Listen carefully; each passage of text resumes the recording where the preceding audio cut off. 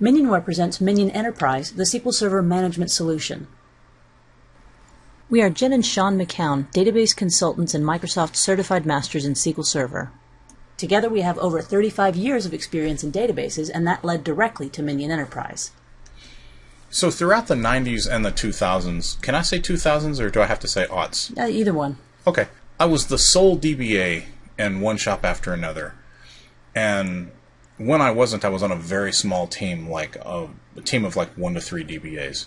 And that's okay in and of itself, but most of the time we had hundreds, if not thousands, of SQL servers. Now we're talking back in the early 2000s, we had thousands of SQL boxes and tens of thousands of databases.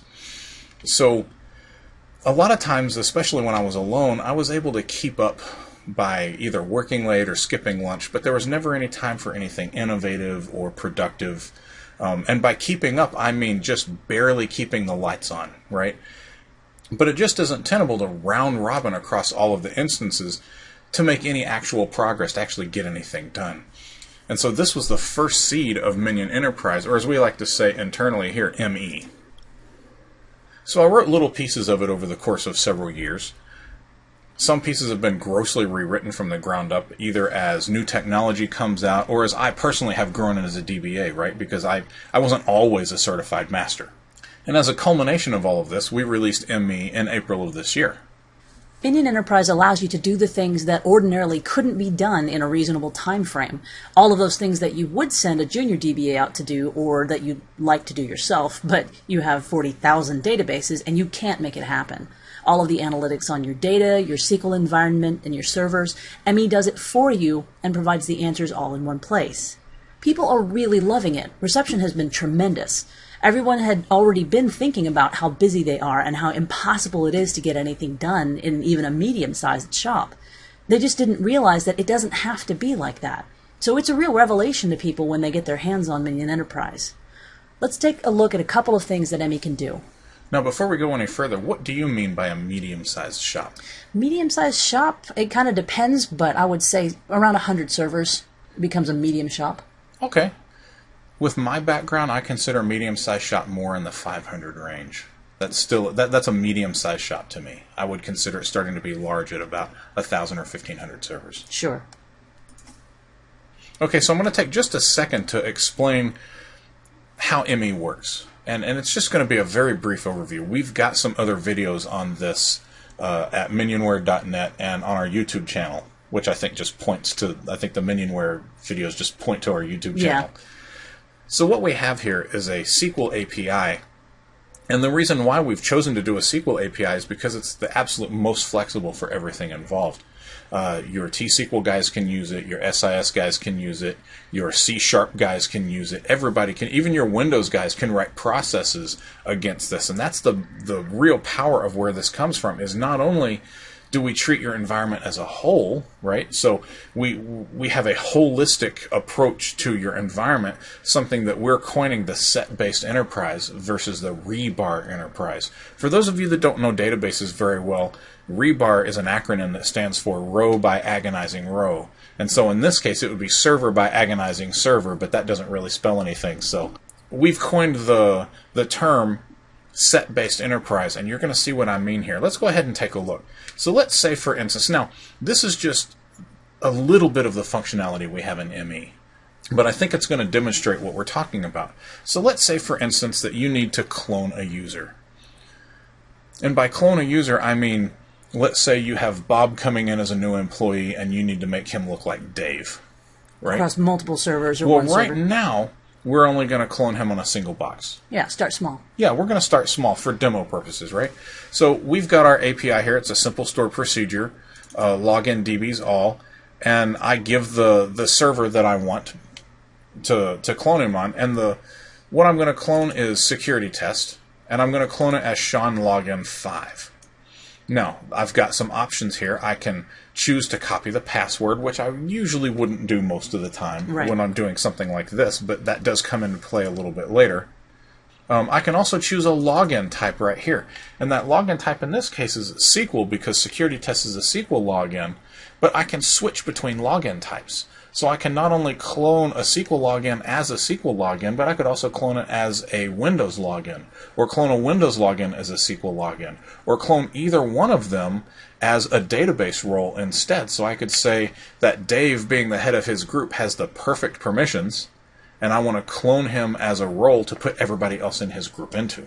And of course, since we're not going to copy the password, then here is the password that I want to create it with. So if I just run this,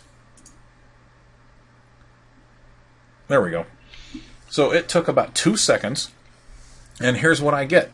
I get the permission collection time, so this is the time from the server that the permissions have been taken from, which will be the latest time. I get the instance ID from the system. That's the server ID within the ME system.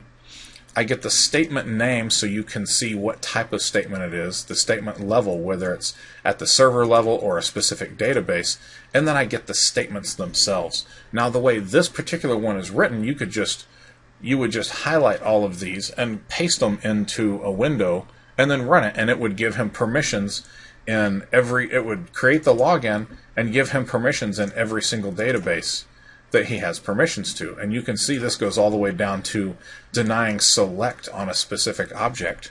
And we give all the permissions as well, everything from certificate permissions to endpoints to symmetric keys and asymmetric keys, columns, functions, absolutely everything. Now, for our non-DBAs in the audience, how difficult a task is this without Minion Enterprise? How big of a pain point is this for DBAs? This specific thing is actually relatively difficult because permissions can come from anywhere, right? You can have permissions all the way down to the column level at a table, and they can be select on some columns and deny on other columns. So finding all of those permissions is very difficult, right?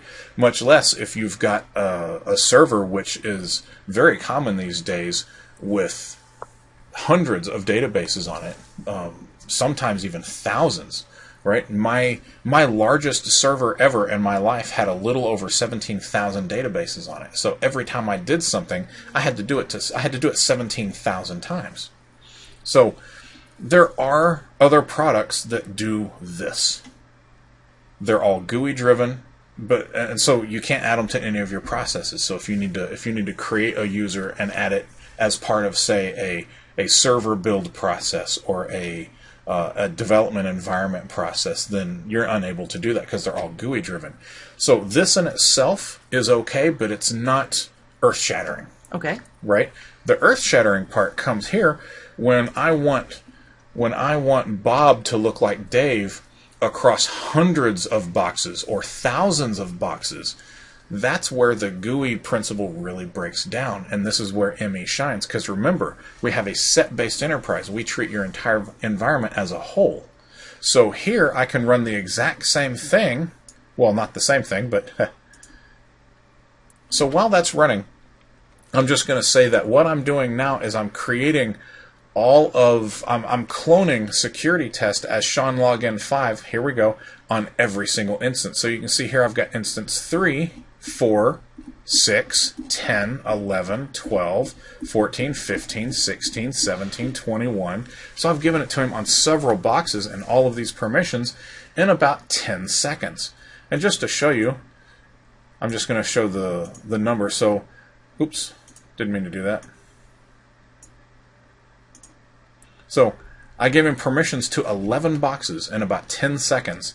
And that is 430 distinct permission statements. So you made a point of saying that first stored procedure we ran did not push this out. One up here? Yeah, did not push out the permissions. So the second one has not only generated but pushed out all those permissions. It's actually done it. Right. So at this point right now, they're sitting in this table, waiting to be pushed out by ME. So ME will have a scheduled job that comes through at whatever interval you specify, and it will push out these permissions to any server that is listed in there. So while physically these have not been pushed out yet, they will be pushed out very soon. But the important thing here, right, is that you've got 430 distinct permissions that you have given across your environment, and this is only 11 servers. But you got 430 distinct permissions, and it took you about 10 seconds to do it. and ME does the rest. So this is what we mean by a set-based enterprise. This is where the real power comes in, because another side of this is that now we can clone all of your users every single night, and you can have historical perspective on all of your permissions. So now you can see what your permissions look like last week, last month, right, and compare. And this makes auditing very quick. Right. A couple more demos I'd like to show you. This one is really impressive. I love this one, and we're the only ones that do anything like this at all. Again, with our set-based enterprise, I want to see how many sysadmins I have, how many SQL sysadmins I have across my entire enterprise. Now, of course, I can focus on one server or on a group of servers, but right now we're going to focus on the entire enterprise. And I'm just going to run this. This will take a few seconds. Okay, so here we have the result set, and you can see here that I've got, these are not only the SAs, these are the SAs that come from Windows groups. So we've got another query that we would union this with to get all of the SQL SAs, but right now these are all the ones that come from Windows groups. And the really important part about this isn't the fact that they're in Windows groups, it's the fact that we've expanded all of the Windows groups and all of the subgroups and all of the subgroups and all of the subgroups. So all of the nested AD groups, we fully expand those and give you a flat list of users. So across our servers, we've got 29 users that have indirect SA access through one group or another. This is a major, major pain point for DBAs historically, because the information hasn't been easily accessible, and it usually have to go through another group and so forth. Right, and there isn't another product that does this. There are things in SQL that kind of give you a part of this information, but it's still a round-robin process, and it's very sloppy because it doesn't expand any of the subgroups. So right now we give you all of those subgroups expanded. Now, piggybacking off of that, what we get is I can follow a user from the bottom up. That was really from the top down, right? How many SAs do I have in my entire environment? But this is an individual user that we want to investigate, and we want to see how many servers does eGant have access to.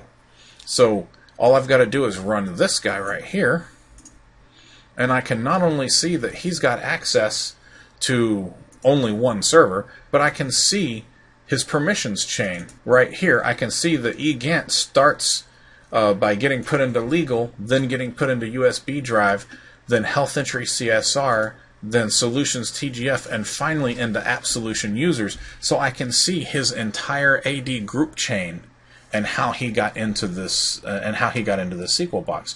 If he had access to 400 boxes, I would have 400 rows in here.